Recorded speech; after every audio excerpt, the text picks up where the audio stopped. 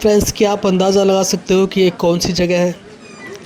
Video के title से आपको पता चल गया होगा कि हम अग्रसेन की बावली पर हैं इस समय।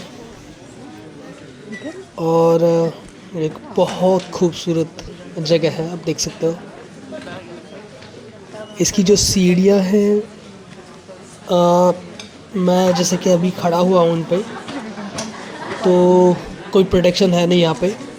और यहाँ पे कोई किसी भी तरह की रेलिंग नहीं है जिसको आप पकड़ सको, जिसकी हेल्प आप ले सको। और मुझे ऐसा फील हो रहा है जैसे कि अगर आपने एक सीढ़ी भी मिस कर दी बीच में नीचे उतरते समय, तो आप गिर जाओगे, आप लुढ़कते हुए सामने जाओगे पानी की तरफ। और जो भी लोग आपके रास्ते में आएंगे, आप उनको भी अपने साथ लेते जाओगे।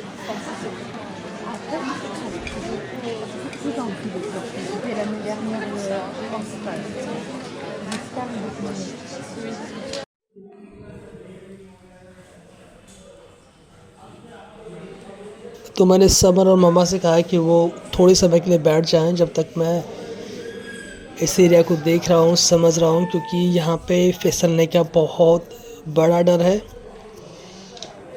और मैं वापस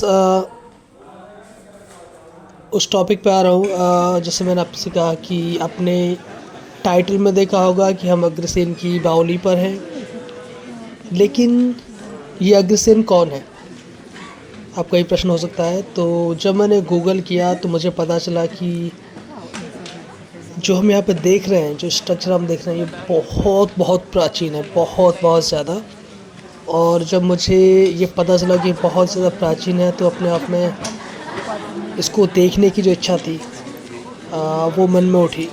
तो क्योंकि हम काफ़ी सारे किलों में गए हैं, तो दिल्ली में जो ज़्यादातर किले हैं वो मुग़ल शासन में निर्मित किले हैं। हालांकि अगर आप जयपुर साइड में जाओगे तो वहाँ पे जो हिंदू राजा महाराजा थे, उनके द्वारा निर्मित किले भी आपको देखने के लिए मिल जाएंगे। लेकिन जब ये जो निर्माण है जो आप देख रहे हो वीडियो में इस समय, इसके बारे में जब मैंने गूगल किया और मुझे पता लगा, और क्योंकि गूगल में फ़ोटोज़ पे बहुत खूबसूरत दिख रहा था, तो इसको देखने का मन में बहुत बहुत इच्छा उठी। ख़ास तौर से ये भी कि ये जो निर्माण है, ये महाराजा अग्रसेन, जो कि द्वापर युग के महाराजा, जो महाभारत काल था उस समय के महाराजा हैं, और उनके द्वारा इसे निर्मित बताया जाता है। तो अगर महाराजा अग्रसेन कौन है, तो मैं थोड़ा सा आपको बता दूं। महाभारत का जब युद्ध हो रहा था, तो ऐसा कहा जाता है कि वो उस युद्ध में भी शामिल थे, और इसी वजह से उनको भगवान कृष्ण के समकालीन माना जाता है। वे अग्रोहा की स्थापना और अग्रवाल समुदाय के संस्थापक के रूप में भी जाने जाते हैं, जिन्होंने शांति, अहिंसा और समृद्धि के लिए एक ईंट एक रुपया जैसे समाजवादी आर्थिक सिद्धांतों को बढ़ावा दिया। ऐसा कुछ मैंने गूगल पे पढ़ा था। तो अगर जब मैं इसे देख रहा हूँ, और इसे देख के ऐसा लगता नहीं है कि इतने हज़ारों साल पहले का कोई भी निर्माण अभी तक टिका रहेगा। इसके बारे में एक और बात कही जाती है कि इसकी जो वास्तुकला है वो 13वीं, 14वीं, 15वीं शताब्दी में जो मुग़ल शासन में जितने भी निर्माण हैं उनमें उनसे मिलती जुलती है कुछ।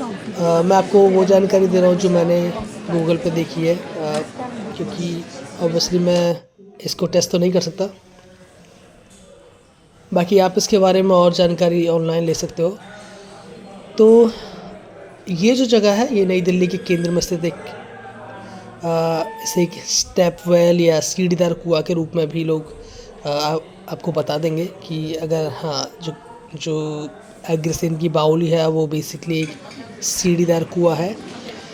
तो जब मैंने इसे पिक्चर्स में देखा, तो मुझे लगा कि यार ये राजा महाराजाओं के स्नान करने का स्थान होगा। यहाँ पे जो कुंड सा बना हुआ है, तो मुझे लगा शायद एक सीक्रेट स्थान हो जहाँ पे वो बिना लोगों की नज़रों में आए यहाँ पे स्नान कर सकते हो। ऐसा कुछ उन्होंने बनाया हुआ होगा। लेकिन जब मैं इसकी जानकारी पढ़ रहा था, तो मुझे पता चला कि ये एक वाटर रिजर्वॉयर के तौर पे इसे यूज़ किया जाता था। अगर आप साइड में देखोगे जो शेप बनी हुई है उनमें दिए रखने का भी स्थान है। तो इन शेपों को देख के तो ऐसा लगता है मानो ये सच में ही एक स्नान करने का स्थान रहा होगा, ऐसा कुछ रहा होगा। सामने जाले लगे हुए हैं, आप देख सकते हो। तो वहाँ पे ऑब्वियसली डोर है और सबसे नीचे जो आप एक छोटा सा कटाव देख रहे होंगे उसके पीछे एक और नाले टाइप का स्थान है जहाँ से पानी इस कुंड में लाया जाता होगा। तो अभी मैं थोड़ा ऊपर आ गया हूँ इससे ऊपर से रिकॉर्ड करने के लिए। ये देखने में बहुत खूबसूरत है यार, बहुत ज़्यादा। और आज मंडे का दिन है और आज भी काफ़ी लोगों की भीड़ आप यहाँ पे देख सकते हो। काफ़ी लोग यहाँ पे आए हुए हैं। और ऑनलाइन जब मैं इसके बारे में पढ़ रहा था तो कई जगह पर मैंने ऐसा भी देखा लिखा हुआ कि यहाँ पे भूतों की जो उपस्थिति है उसको भी कई लोगों ने उसे अनुभव किया है। जहाँ तक भूतों की उपस्थिति का जो प्रश्न है वो मैं मान सकता हूँ या हो सकता है, क्योंकि प्राचीन निर्माण है तो पुराने समय में इसमें लोगों का गिरना और उनकी डेथ होना कोई बड़ी बात नहीं हो सकती, कम से मेरे हिसाब से। जिस तरह का ये स्ट्रक्चर है, जैसे मैंने आपको पहले बताया कि यहाँ पे जो सीढ़ियाँ हैं वो इतनी ढलाऊ सीढ़ियाँ हैं कि इन पर से अगर आपने थोड़ा सा भी अपना ध्यान हटाया सीढ़ियों पर से तो आपको गिरने में समय नहीं लगेगा और साथ में आप गिरते ही जाओगे, क्योंकि सीढ़ियाँ बहुत खड़ी हैं और यहाँ पे किसी भी तरह की कोई प्रोटेक्शन नहीं है। आप इसको बिल्कुल इसके उसी रूप में देख रहे हो जिस रूप में इसको बनाया गया होगा। जैसे मैंने ऑनलाइन इसके बारे में पढ़ा कि ये जो स्ट्रक्चर है ये पानी को रिजर्व करने के लिए बनाया गया था। अगर आप इस स्ट्रक्चर को ध्यान से देखो और सामने वाले पार्ट को देखो जहाँ पे जाले बने हुए हैं, मुझे नहीं लगता कि कहीं से भी ये डिज़ाइन ये बताती है कि इसको पानी को रिज़र्व करने के लिए ही बनाया गया था। अगर इसमें पानी को रिज़र्व करने के लिए इसे इतना ऊंचा बनाया गया है तो मुझे नहीं लगता है कि सच है। बट अगर हाँ, जितनी गहराई में वो कुंड है नीचे जहाँ पे पानी भरा हुआ, अगर उतना ही पानी उन्हें भर के रखना है तो मैं एक बार को मान सकता हूँ कि ये एक पानी को स्टोरेज करने के तौर पे यूज़ किया जाता होगा। लेकिन उसके लिए इतना बड़ा स्ट्रक्चर बनाना ये मुझे समझ नहीं आता। तो मेरे हिसाब से तो मुझे एक स्नानागार और बाथरूम के तौर पे नज़र आता है जहाँ पे बहुत सारे लोग एक साथ स्नान कर सकते हो। अभी हम बाहर चलते हैं और देखते हैं कि इसका स्ट्रक्चर बाहर से कितना बड़ा है। यहाँ बोर्ड या ये पत्थर भी लगा हुआ है जहाँ पे लिखा है अग्रसेन की बावली हिंदी में और इंग्लिश में अग्रसेन की बावली। तो बाहर भी आप देख सकते हो कि बहुत खूबसूरत कटाव है दीवार में। इस तरह का कटाव आपको प्राचीन जो निर्माण है उनमें देखने को मिलेगा, क्योंकि इनमें यहाँ पे लोग बैठ सकते हैं जो न केवल आपको धूप से बचाता है बल्कि बारिश से भी बचा सकता है। और ये रोड है, यहाँ से मैं आपको दिखाता हूँ कि ये बाहर से कितना बड़ा निर्माण होगा। बाहर से देखने पे आप देख सकते हो ये यहाँ पे ख़त्म हो जाता है और बस यहीं तक है ये।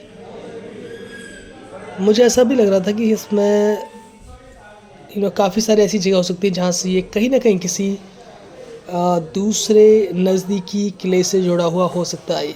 तो अग्रसेन की बावली का ये जो दृश्य था, ये जो निर्माण है, ये आपको कैसा लगा इस वीडियो में देख के?